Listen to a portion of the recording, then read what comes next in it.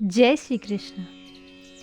हम सब अपनी ज़िंदगी में कभी ना कभी ज़रूर सोचते हैं कि हमें दुख क्यों होता है, हम हमेशा सुखी क्यों नहीं रह सकते।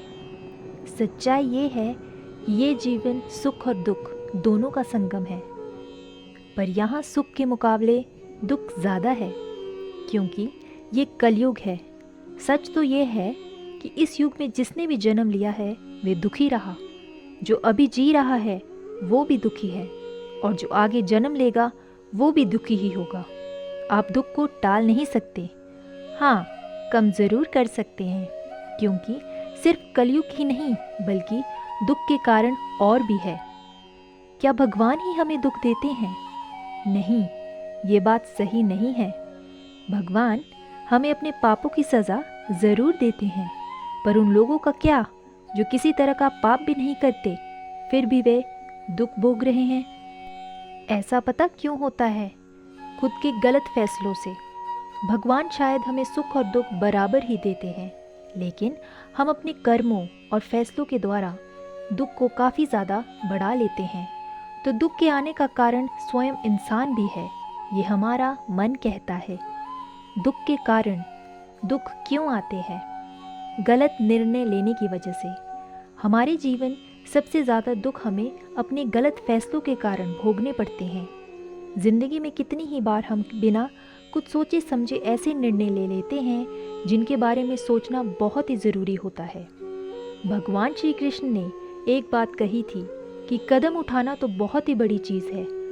आप बोलने से पहले भी सोचें, अगर आप ऐसा नहीं करेंगे तो आपको जीवन में कई बार दुखों का सामना करना पड़ेगा। पैसों से अधिकतर प्यार। कलयुग में हर व्यक्ति के हर समय दुखी रहने का सबसे बड़ा कारण पैसा है। व्यक्ति पैसे के चक्कर में अपने माता पिता और सगे संबंधी सबको भूल चुका है। पैसे ने भाई भाई के आपस में दुश्मनी पैदा कर दी है। ऐसे में भला व्यक्ति दुखी नहीं रहेगा तो क्या सुख भोगेगा? जीवन में सुख अपनों की वजह से आता है, आपसी प्रेम से आता है, लेकिन वही अपने सब पराये हो चुके हैं और एक दूसरे के लिए षड्यंत्र रच रहे हैं। पैसे ने इंसान को अंधा बना दिया है।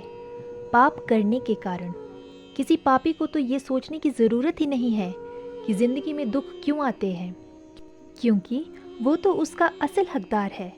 इस बात को कोई भी नहीं नकार सकता कि पाप करने वाला व्यक्ति को अपने पाप की सज़ा भुगतनी ही पड़ती है। औलाद से अधिक प्यार। आज के युग में लोग बस अपनी संतान को किसी प्रकार से दुखी नहीं देखना चाहते, उनकी सुख सुविधा का पूरा ध्यान रख रहे हैं और उन्हें थोड़ा सा भी संघर्ष नहीं करने देना चाहते। ऐसे ही संतान आगे चलकर दुख का कारण बनती है। आप उनके प्रति फर्ज निभाइए, लेकिन इतना प्रेम मत कीजिए कि उनका छोटा सा दुख आपके लिए दुखों का पहाड़ बन जाए।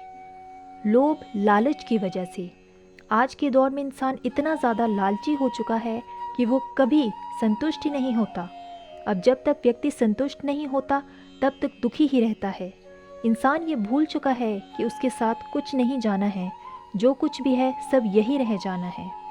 लोगों को किसी भी व्यक्ति से अपने रिश्ते खराब करना मंजूर है, पर वही लोभ जो नहीं छोड़ना चाहता। गीता में भी ये बताया गया है कि लालची व्यक्ति कभी सुखी नहीं रह सकता। अगर आप लालची किस्म के इंसान हैं तो सोचना छोड़ दीजिए, आपको इतना कष्ट या दुख क्यों होता है। देह से प्रेम। संत महात्माओं का कहना है कि जो व्यक्ति अपने देह से अधिक प्रेम करता है तो ये दुख का कारण बनता है। ठीक है, हमारा शरीर है, इसका ध्यान रखना हमारा फ़र्ज़ भी है और ये ज़रूरी भी है, पर कई लोग अपने शरीर से इतना ज़्यादा प्रेम करते हैं कि हर समय दुखी रहते हैं। कोई शरीर के काले रंग की वजह से परेशान है, कोई कद की वजह से परेशान है, कोई वजन से परेशान है, कोई मोटापा होने की वजह से दुखी है, कोई सुंदर ना होने की वजह से चिंतित है। इंसान ये भूल जाता है कि शरीर तो कुछ ही दिनों का मेहमान है, उसके बाद इसे मिट्टी में ही मिल जाना है। भगवान ने आपको जैसा बनाया है श्रेष्ठ बनाया है। गुस्से की वजह से। अगर आप सोच रहे हैं कि जीवन में दुख क्यों आता है, तो इसका सबसे बड़ा कारण गुस्सा है। जो व्यक्ति अपने गुस्से को कंट्रोल नहीं कर सकता, वह अपने जीवन में दुखी की लाइन को लंबी कर देता है। गुस्से और सुख का दूर दूर तक कोई संबंध नहीं है। गुस्सा आपके सोचने समझने की शक्ति को छीन लेता है। आज के युग में ज़्यादातर गुस्सैल लोग ही पाए जाते हैं, इसलिए दुनिया में दुख फैला हुआ है। पिछले जन्म के कर्म। कुछ लोग इस बात को नहीं मानते कि हमारे दुखों का कारण हमारे द्वारा पिछले जन्म में किए गए कर्म भी होते हैं। अगर हमने अपने पिछले जन्म में बहुत ज़्यादा बुरे कर्म किए हैं तो उसका खामियाजा हमें अगले जन्म तक भुगतने को मिल सकता है। आपको हर समय भगवान का शुक्रगुजार होना चाहिए और उनकी आराधना करनी चाहिए, लेकिन बहुत से ऐसे लोग हैं जो भगवान को मानते ही नहीं हैं। इसे विज्ञान का युग कहे या कुछ और, पर ईश्वर पर अटल सच्चाई है जिसे कोई नकार नहीं सकता। जो नकारेगा वो दुख भोगेगा। धन्यवाद। जय श्री कृष्ण। राधे राधे।